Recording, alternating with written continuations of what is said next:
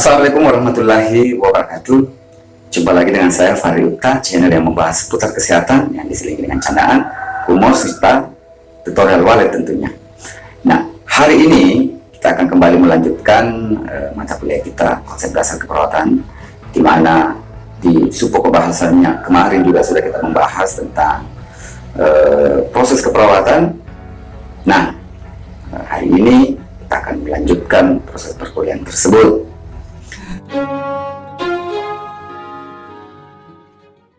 Nah, di video sebelumnya kita sudah membahas tentang konsep dasar proses keperawatan, di mana subpokok bahasannya adalah yang pertama yaitu pengertian diagnosis keperawatan, lalu kemudian yang kedua ada klasifikasi diagnosis keperawatan menurut beberapa GCC, Nanda, HHCCC, dan lain-lain. Lalu kemudian ada jenis diagnosis keperawatan, terbagi dua, ada diagnosis negatif, ada diagnosis positif.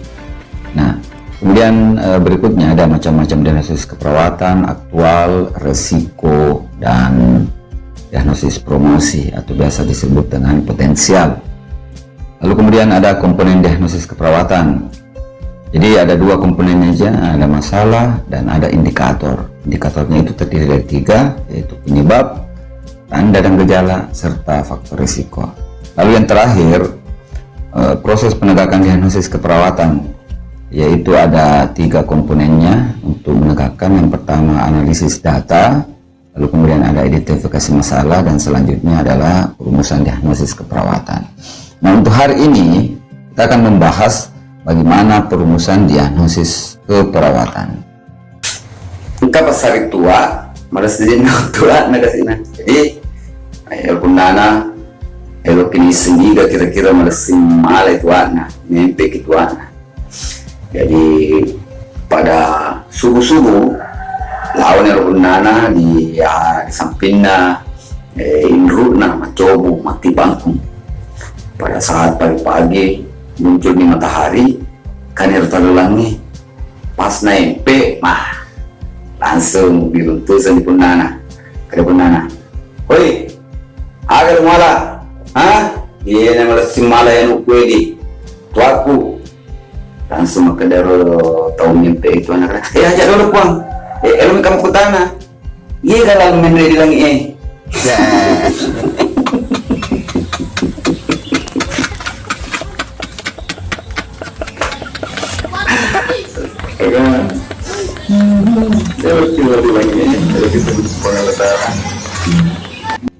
Nah, ini ada daftar diagnosis keperawatan sesuai standar diagnosis keperawatan di Indonesia. Yang pertama, diagnosis ansietas, yang mana itu yaitu kondisi emosi dan pengalaman subjektif individu terhadap objek yang tidak jelas dan spesifik akibat antisipasi bahaya yang memungkinkan individu melakukan tindakan untuk menghadapi ancaman. Jadi ansietas itu sama dengan kecemasan ya. Itu. Lalu kemudian yang kedua ada diagnosis keperawatan berat badan lebih, ya, yang mana itu yaitu akumulasi lemak berlebihan atau abnormal yang tidak sesuai dengan usia dan jenis kelamin. Lalu diagnosis keperawatan yang berikutnya itu diagnosis berduka, yaitu respon psikososial yang ditujukan oleh klien sebagai akibat dari kehilangan, baik kehilangan orang, objek, fungsi, bagian tubuh, ataupun hubungan. Jadi jika ditemukan data seperti itu, kita bisa mengangkat diagnosis berduka. Ini jangan terbalik ya, jangan sampai teman-teman orangnya kurus baru kita angkat diagnosis berat badan lebih. Dan selanjutnya yang keempat, bersihan jalan nafas tidak efektif jika ditemukan ketidakmampuan membersihkan sekret atau obstruksi jalan nafas untuk mempertahankan jalan nafas tetap paten. Lalu yang kelima ada diagnosis keperawatan defisit kesehatan komunitas, yaitu terdapat masalah kesehatan atau faktor risiko yang dapat mengganggu kesejahteraan pada suatu kelompok. Jadi komunitas itu di satu kelompok ya, atau di masyarakat. Nah, kemudian diagnosis berikutnya itu defisit nutrisi, artinya asupan nutrisi tidak cukup untuk memenuhi kebutuhan metabolisme. Tanda-tandanya mendukung, berat badan kurang, kemudian ototnya yang kelihatan mengecil dan lain sebagainya bisa diangkat ini. Lalu kemudian defisit pengetahuan, ketiadaan atau kurangnya informasi kognitif yang berkaitan dengan topik tertentu. Nanti kita lihat saja di kajian apakah diagnosis seperti ini bisa diangkat ya. Lalu kemudian defisit perawatan diri. Nah, kita lihat jika terdapat ketidakmampuan melakukan atau menyelesaikan aktivitas perawatan diri, misalnya pasien tidak bisa mandi sendiri, tidak bisa sikat gigi, cuci rambut dan sebagainya, nanti bisa diangkat ini. Lalu ada namanya diagnosis diare atau pengeluaran feses yang sering, lunak dan tidak terbentuk. Nah, biasanya standarnya itu BAB-nya 3 kali lebih, itu baru dikategorikan diare. Lalu disfungsi motilitas gastrointestinal.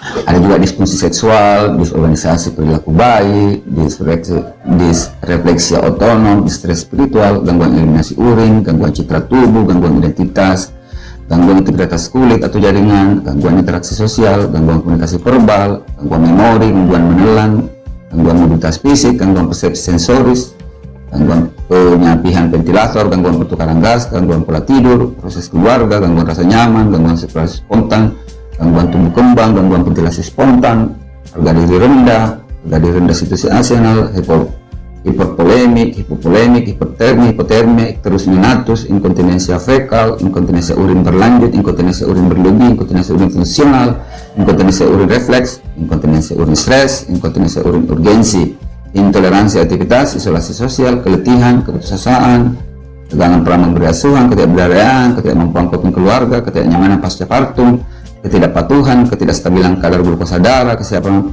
peningkatan eliminasi urin, kesiapan peningkatan keseimbangan cairan, kesiapan peningkatan konsep diri, kesiapan peningkatan coping keluarga, kita percepat ya, kesiapan peningkatan coping komunitas, kesiapan peningkatan manajemen kesehatan, kesiapan peningkatan menjadi orang tua, kesiapan peningkatan nutrisi, kesiapan peningkatan pengetahuan, kesiapan peningkatan proses keluarga, kesiapan peningkatan tidur, kesiapan persalinan, konfusi akut, konfusi kronis, konstipasi, COVID defensif, coping komunitas tidak efektif, coping tidak efektif, manajemen kesehatan keluarga tidak efektif, nyusu efektif, nyusu tidak efektif, usia, nyeri akut, nyeri kronis, nyeri melahirkan, obesitas, penularan kesehatan tidak efektif, penampilan peran tidak efektif, mencapai peran menjadi orang tua, penurunan curah jantung, penurunan kapasitas relatif intrakranial, penurunan coping keluarga, penyingkaran tidak efektif, perfusi perifer tidak efektif, perilaku kesehatan cenderung berisiko, perilaku kekerasan, perlambatan pemulihan pasca bedah, pola nafas tidak efektif, pola seksual tidak efektif, risiko alergi, risiko aspirasi, risiko berat badan lebih, risiko bunuh diri, risiko cedera pada ibu, cedera pada janin, defisit nutrisi, disfungsi intestinal, disfungsi neurovaskular perifer, risiko disfungsi seksual, disorganisasi perilaku bayi, distres spiritual, risiko gangguan integritas kulit, risiko gangguan perkembangan, risiko gangguan perlengkapan. Jadinya ada beberapa diagnosis risiko ya, risiko gangguan pertumbuhan, gangguan sirkulasi spontan, harga diri rendah situasional, hipotermia, perioperatif, hipopolemia, icterus neonatus, infeksi, intoleransi aktivitas, inkontinensia urin urgensi, jatuh, kehamilan tidak dikendaki, ketidakberdayaan, ketidakseimbangan cairan, ketidakseimbangan elektrolit, ketidakstabilan kadar glukosa darah, konfusi akut, konstipasi, risiko luka tekan, mutilasi diri, penurunan curah jantung, perdarahan, risiko perfusi gastrointestinal tidak efektif, risiko perfusi miokard tidak efektif, perfusi perifer tidak efektif, perfusi regular tidak efektif, perilaku kekerasan, perlambatan pemulihan pasca bedah, proses pengasuhan tidak efektif, risiko shock, termoregulasi tidak efektif, retensi urin, sindrom pasca trauma, termoregulasi tidak efektif, dan waham. Jadi ada 147 jenis diagnosis keperawatan di sini yang saya bisa tampilkan. Lalu teman-teman nanti bisa menyesuaikan dengan jika ditemukan ada apa masalahnya, kemudian etiologi, kemudian data-data yang lain yang mendukung. Jadi teman-teman tinggal menyesuaikan diagnosis keperawatan mana yang bisa diangkat, seperti itu. Itu barangkali yang bisa saya sampaikan tentang diagnosis keperawatan. Semoga saja teman-teman apa yang saya tampilkan di sebelumnya, jenis-jenis diagnosis keperawatan yang bisa diangkat, teman-teman bisa mengaplikasikannya dalam perbuatan diagnosis keperawatan. Teman-teman jangan membuat kata-kata di luar dari itu, karena itu adalah berdasarkan teori yang ada. Oke, saya juga mengingatkan kepada teman-teman sekalian, jangan lupa nonton video terbaru dari saya dan video terbaik untuk Anda. Serta jangan lupa subscribe channel saya yang ada di bawah ini. Oke, terima kasih telah menonton. Sampai jumpa di sorry.